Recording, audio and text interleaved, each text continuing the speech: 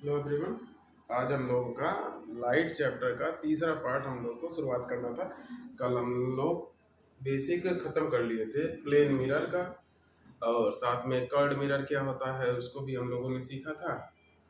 आज हम लोग क्या करेंगे, रिफ्लेक्शन के बारे में पढ़ेंगे, रे डायग्राम को बनाएंगे।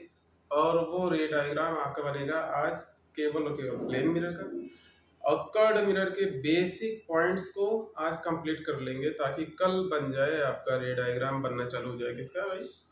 कर्ड मिरर का। ठीक है।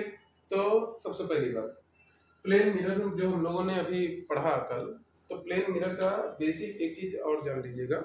क्या?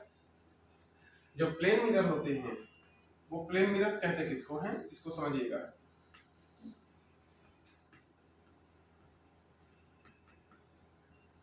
प्लेन मिरर ऐसे मिरर को कहते हैं जिनका रिफ्लेक्टिंग सरफेस, ठीक है, रिफ्लेक्टिंग सरफेस प्लेन होता है। ठीक है। दूसरी बात, रिफ्लेक्टिंग सरफेस प्लेन होता है, प्रॉपर्टी इसको जान लीजिएगा पहला। दूसरा,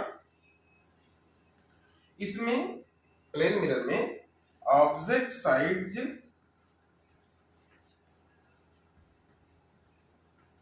एंड इमेज की साइज, जो आपको उसके अंदर छवि मिलती है, इमेज साइज, दोनों दोनों क्या होते हैं बेटा? इक्वल होते हैं। ठीक है। तीसरी बात, तीसरी, इसमें इमेज जो होता है, इमेज, ये इमेज मिलता है बेटे आपको वर्चुअल, ठीक है। दूसरा इरेक्ट, तीसरा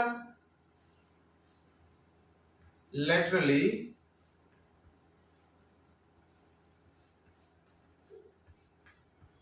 इन्वर्टेड।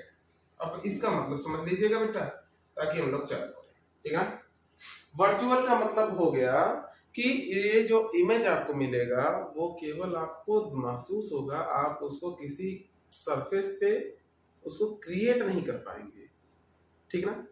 जैसे कि इमेज सामने से हमारा जो आ रहा है, आप उसको कोई व्हाइट पेपर वगैरह लेकर उसके ऊपर उसकी इमेज को फॉर्म नहीं कर सकते। ऐसे इमेज जिनको आप किसी सरफेस पे, किसी पर्दे पे, किसी कागज पे, किसी व्हाइट सरफेस, किसी भी चीज पे जब उस चीज को आप क्रिएट कर देते हैं तो वही कहलाता है रियल इमेज। और जिसको आप क्रिएट नहीं कर सकते, वो केवल एग्जिस्ट करता है, आप उसको क्या करते हैं?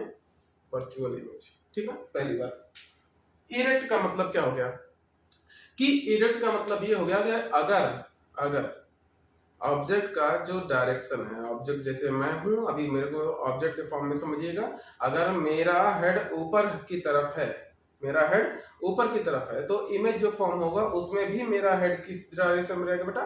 ऊपर की ही डायरेक्शन में रहेगा। That is called erect. ठीक ना? नहीं तो ये इन्वर्टेड हो जाता है, ये उल्टा हो जाता है। दूसरी बात। तीसरा, लेटरली इन्वर्टेड का मतलब क्या हो गया? लेटरली का मतलब हो गया साइड से, इन्वर्टेड मतलब उल्टा, साइड से उल्टा।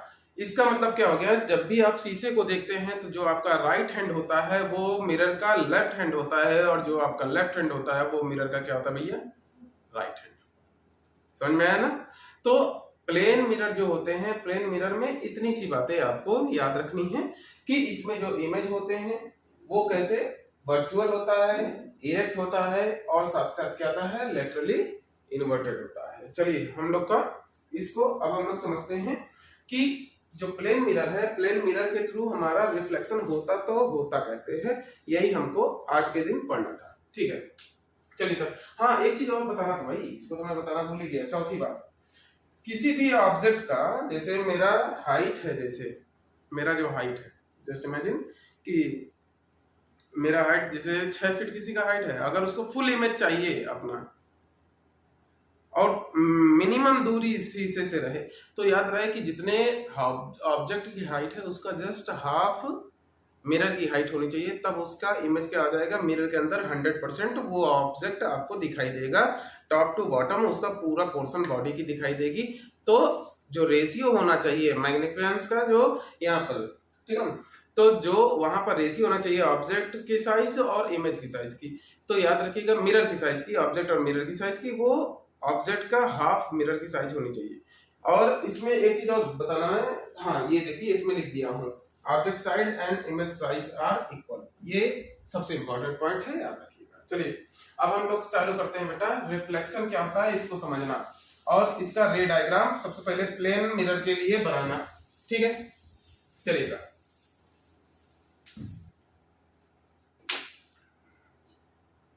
प्लेन मिरर में रिफ्लेक्शन को हम लोग बनाना चालू करेंगे। सबसे पहली बात देखिएगा, ये मैंने जैसे एक मिरर बना लिया भाई, नीचे की सरफेस क्या है, पॉलिश्ड है, ऊपर का सरफेस रिफ्लेक्टिंग है, ठीक है, इसको ध्यान रखिएगा। ये हमारा एक प्लेन मिरर है।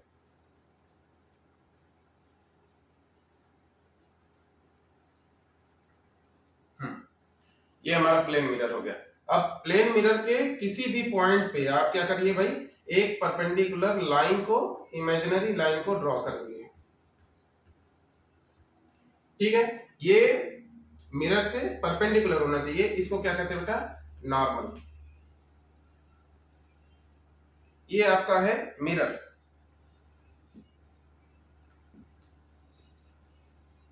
पॉइंट M1, ये पॉइंट हो गया क्या भैया M2, ठीक है।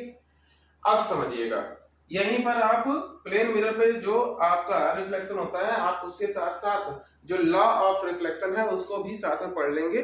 तो लॉ ऑफ रिफ्लेक्शन को अभी हम थोड़ी देर में लिखेंगे, पहले हम लोग देखेंगे कि कैसे रिफ्लेक्शन में हो रहा है प्लेन मिरर के साथ, ठीक ना। देखिएगा, जब भी किसी भी पॉइंट पे, किसी भी पॉइंट का, अभी मैंने नॉर्मल बना लिया है, मैंने फिक्स कर दिया है पॉइंट, मुझे इसी पॉइंट पे गिराना है लाइट रे को, तिरछी रेखा को ऐसे करके मुझे गिराना है, ठीक है। ये देखिए मैंने तिरछा रेखा गिराया इसके ऊपर, ठीक है, ये लाइट रे है। गिरने के बाद ये क्या करेगा बेटा, जितने एंगल पे ये गिरा था उतने ही एंगल से ये भीड़ के क्या करेगा बेटा, दूसरी डायरेक्शन में निकल जाएगा। अब समझने का प्रयास कीजिएगा। तो पहली बात, यहाँ पे कुछ कंपोनेंट्स हैं, उनको आप लोग समझिएगा कि गिरने वाली रे को क्या कहते हैं, ठीक। जैसे ये नॉर्मल हो गया, जिस पॉइंट पे गिर रहा है उस पॉइंट पे परपेंडिकुलर लाइन को क्या कहते हैं, इमेजिनरी लाइन को नॉर्मल कहते हैं। जो लाइट रे गिरती है उसको क्या कहते हैं बेटा, इसको कहते हैं इंसिडेंट रे। क्या कहते हैं बेटा, इंसिडेंट रे। जो निकल रही है उसको क्या कहते हैं, रिफ्लेक्टेड रे।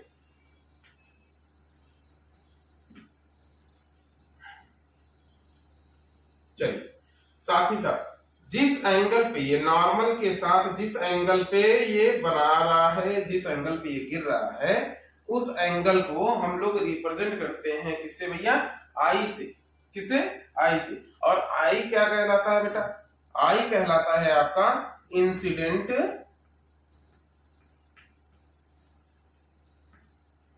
एंगल, ठीक है। और जो आर, जिस एंगल से ये नॉर्मल के साथ बाहर निकल जाता है उसी क्या कहते हैं बेटा, इसी कहते हैं reflected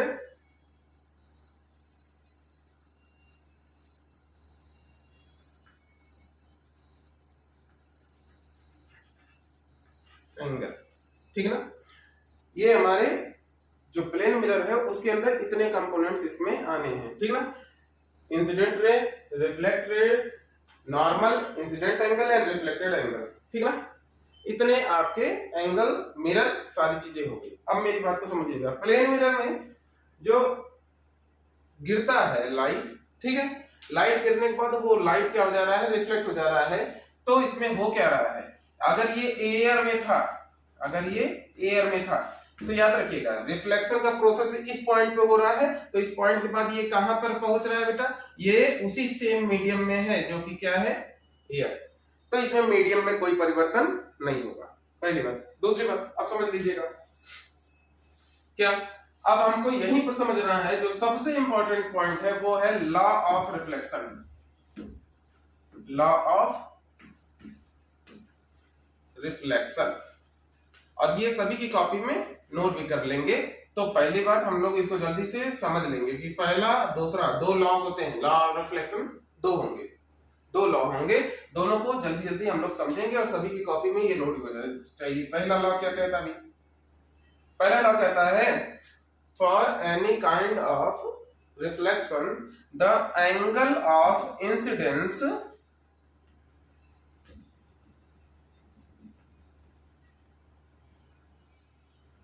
will always be equal to angle of reflection. ठीक है, पहला यानी कि एंगल आई की जो वैल्यू है वो क्या रहेगी बेटा? एंगल आई की वैल्यू ऑलवेज इक्वल रहेगी किसके? एंगल आर की। पहला आपका लॉ ऑफ रिफ्लेक्शन यही है। ठीक है, दूसरा लॉ क्या कहता है?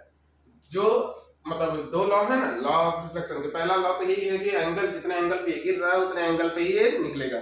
दूसरा लॉ कहता है, उसको ध्यान सुनिएगा।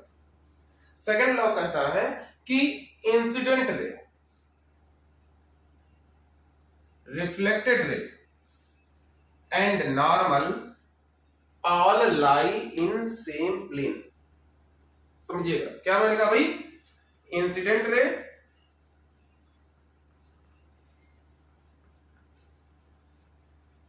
दिख रहा है भाई आप लोगों को? मेरे ख्याल से दिख रहा होगा। इंसिडेंट रे, रिफ्लेक्टेड रे,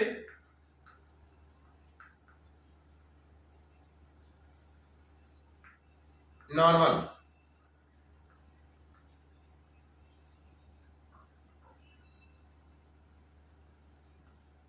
all lie in same plane. इसको कंप्लीट कर लीजिएगा लाइन को, ठीक है ना? यही क्या हो गया आपका लॉ ऑफ रिफ्लेक्शन। कोई दिक्कत है? मेरे ख्याल से नहीं होगा। अब इसको प्रूफ भी किया जा सकता है, प्रूफ भी किया जा सकता है। जैसे हर एक कॉन्सेप्ट के साथ मैं बताता हूँ कि आप अपने लाइफ में इसको कर खुद चेक कर सकते हैं। बेहतरीन उदाहरण दे रहा हूँ। आज ही हम इसको आपको बताने से पहले मैंने खुद इसको एक बार चेक करके देखा, क्या ये बताना सही होगा कि नहीं होगा। आपने क्या करना है, किसी प्लेन सरफेस पे एक मिरर का टुकड़ा ले लीजिएगा, ठीक है ना, इतना बड़ा सा। और उसमें क्या करिएगा, साथ ही साथ आपके पास 4 कीले होने चाहिए। आप मिरर को रखिएगा किसी सपोर्ट के साथ जहां पे ये एग्जैक्टली ऐसा खड़ा रहे, और क्या करेंगे, 2 कीलों को एक के सामने एक करके गाड़ दीजिएगा। अब दूसरे साइड से आप देखना चालू कीजिएगा कि वो दोनों जो कीले हैं ऐसा करके रहेंगे ना, दोनों कीले वो क्या करेंगे बेटा, ऐसा लाइट उससे पास होकर दूसरे डायरेक्शन से निकलेगा।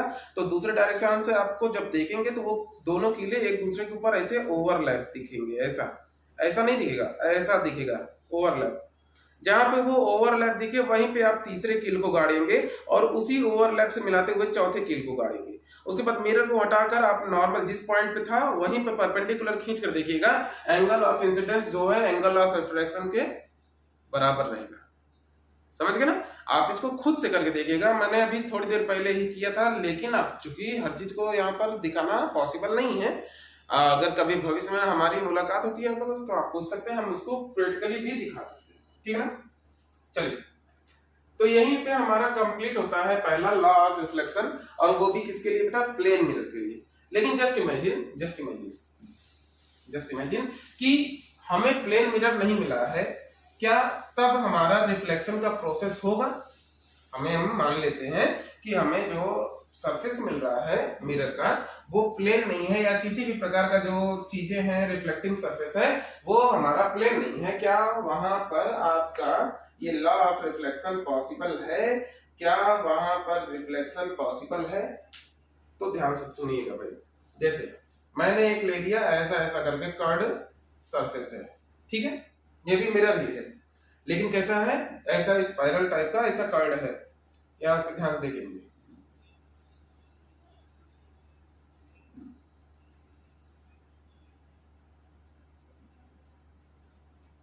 नीचे वाला जो पोर्शन है ये क्या है, यहां पर पॉलिश्ड है। ऊपर वाला जो सरफेस है ये क्या है बेटा? ये रिफ्लेक्टिंग सरफेस है।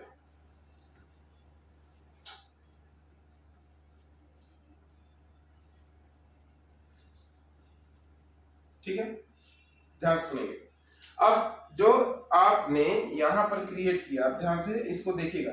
अब इस पे मैं किसी भी पॉइंट पे मैंने यहां पर जैसे क्या किया बेटा, लाइट को गिराया, किसी भी पॉइंट पे मैंने लाइट को गिराया, जैसे मैंने गिरा दिया, तो जिस पॉइंट पे गिरेगा सबसे पहली बात वहीं पर यहां पर क्या क्रिएट हो जाएगा बेटा, एक नॉर्मल क्रिएट हो जाएगा। ठीक है, नॉर्मल क्रिएट हो जाएगा, और उस नॉर्मल के साथ जो एंगल बनेगा, एंगल ऑफ इंसिडेंस आपका है। तो याद रखिएगा, आपका मिरर चाहे जैसे रहेगा, हमेशा ये प्रॉपर्टी आपकी फॉलो होती ही रहेगी। हर एक इंसिडेंस के साथ जो आपका लॉ ऑफ रिफ्लेक्शन का पहला लॉ था, एंगल आई बराबर एंगल आर, वो हमेशा क्या रहेगा, हर एक इंसिडेंस के लिए सही रहेगा। ठीक है। अच्छा, कई लोग कंफ्यूज हो जाते हैं दो टर्म्स में, इसको अभी क्लियर कर लीजिएगा, नहीं तो बाद में आप लोग इसको सुन रहे हैं, सुनते सुनते हमारे गड़बड़ ना हो जाए। दो टर्म्स हैं, इसको समझ लीजिएगा। एक होता है रे और एक होता है बीम। ठीक ना, रे क्या होता है और बीम क्या होता है, इसको समझ लीजिएगा। बीम जो होता है बेटा, ये हमेशा बंडल में होता है। किसमें? बंडल में। बंडल का मतलब हो गया कि झुंड में चलेगा, जैसे कि टॉर्च से लाइट मारते हैं तो ये इससे निकलता है, ऐसा सीधा, ठीक ना, ऐसा सीधा करके निकलता है, दैट इज कॉल्ड बीम। और जो लेजर लाइट हम लोग ऑन करते हैं, एक सिंगल रे में निकलता है, जिसको आप एरो से डायरेक्शन दिखा सकते हैं, उसको क्या कहते हैं? रे कहते हैं। जो हम लोग पढ़ने में यूज कर रहे हैं वो रे का यूज करेंगे, ना कि बीम का। बीम का यूज होगा बाद में होगा, लेकिन जो रे है वही हमारा चल रहा है साथ में। तो इसको कंफ्यूज ना होइएगा कि रे की जगह पे बीम यूज कर देंगे, पूरा कॉन्सेप्ट ही आपका धराशायी हो जाएगा। ठीक है ना, चलिए अब समझेंगे। ऐसे ही इस पे मैं मल्टीपल एंगल के साथ मैं बहुत सारे लाइट रे को गिरा सकता हूं। अब देखिएगा, जैसे यहां पे मैंने एक ऐसा करके गिरा दिया, मैं कुछ मिला नहीं रहा हूं, तुरंत आपका क्या हो जाएगा, यहीं पर एक नॉर्मल तैयार होगा। जितने एंगल के साथ ये था उतने एंगल के साथ ही ये पास भी हो जाएगा।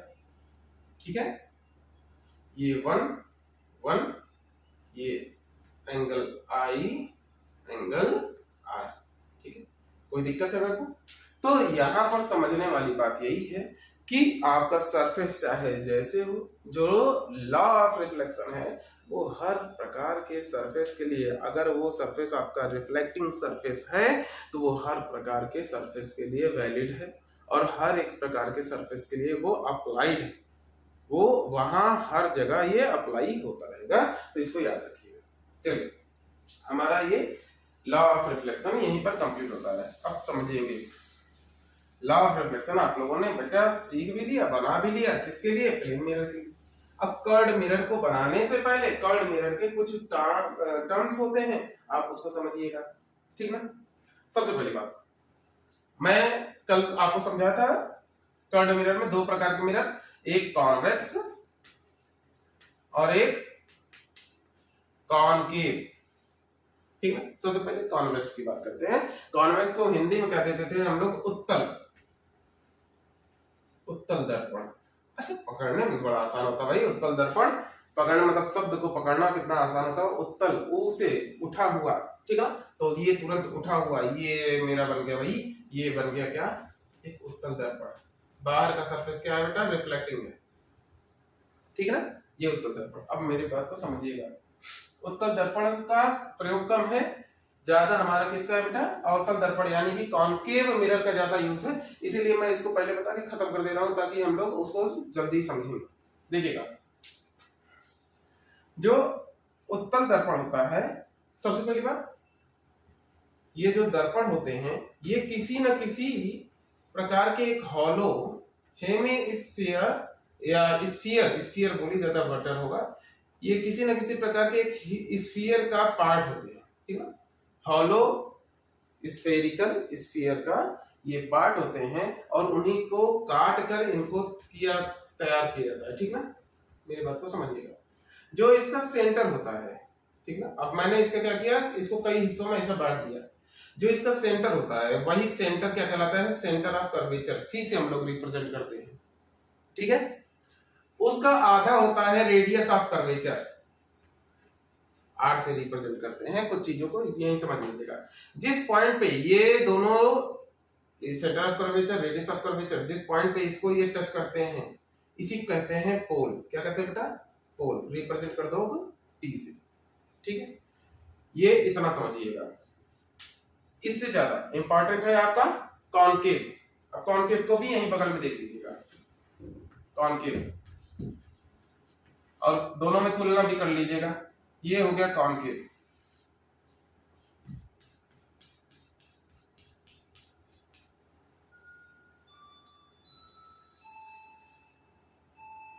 जैसे आप यहां पर गौर से देख रहे होंगे कि मिरर का जो रिफ्लेक्टिंग सरफेस है आगे है, लेकिन ये centre of curvature, radius of curvature, ये सारी चीजें क्या है, उस रिफ्लेक्टिंग सरफेस के पीछे बनाई जा रही है। लेकिन जो कॉनकेव वाला जो मिरर होता है, याद रखिएगा, उसमें जो आपका फोकस या रेडियस ऑफ कर्वेचर, ठीक ना, और सेंटर ऑफ कर्वेचर, वही रेडियस ऑफ कर्वेचर हम लोग एफ से जनरली रिप्रेजेंट करते हैं। अभी हम लोग केवल उसको समझने के लिए, ये मैंने जो आर लिखा है एक्चुअल में ये सही नहीं है, ये पूरा इसको आर से हम लोग रिप्रेजेंट कर देते हैं। इसको अभी मत समझिएगा, इसको एफ से समझिए, ज्यादा सही होगा आपके लिए, फोकस से, ठीक है ना, फोकस से समझिए। तो यहाँ पर सबसे पहली बात अंतर यही है, सबसे बड़ा डिफरेंस यही है कि जो यहाँ पर स्फेरिकल मिरर है, सेंटर ऑफ कर्वेचर जो कॉनकेव में है वो आगे की तरफ होता है, और जो कॉन्वेक्स मिरर है उसमें कहाँ होता है भैया? पीछे की तरफ होता है। समझ गए ना? तो यहाँ पर भी आपका सेम चीजें ही अप्लाई होंगी। कल इसको जब कंटिन्यू करेंगे, हमारा जो लॉ ऑफ रिफ्लेक्शन कंप्लीट चुकी हो गया है और मिरर का हमने बेसिक इसको समझ लिया, तो याद रखिएगा कल एक साथ मैं 3 नियम बताऊंगा। ये किताबों में नहीं है, 3 नियम बताऊंगा, और उन्हीं 3 नियम के साथ आप किसी भी प्रकार के मिरर बन जाए, चाहे कर्व हो, चाहे कॉनकेव हो, चाहे कॉन्वेक्स हो, चाहे प्लेन मिरर हो, जो भी होंगे, मैं 3 केवल आपको एक नियम बता दूंगा 3 प्रकार के, आप उसके साथ कोई भी रे डायग्राम आप बना लेंगे बड़े प्रेम से, ठीक है ना। धन्यवाद। आज संडे था, आज बहुत लंबा वीडियो हमारा नहीं चलेगा, आज हम लोग थोड़ा से ही पढ़ेंगे। और फिर से कहेंगे, सभी लोग लाइक कीजिए, कमेंट कीजिए और सब्सक्राइब कीजिए, साथ में शेयर करते रहिए।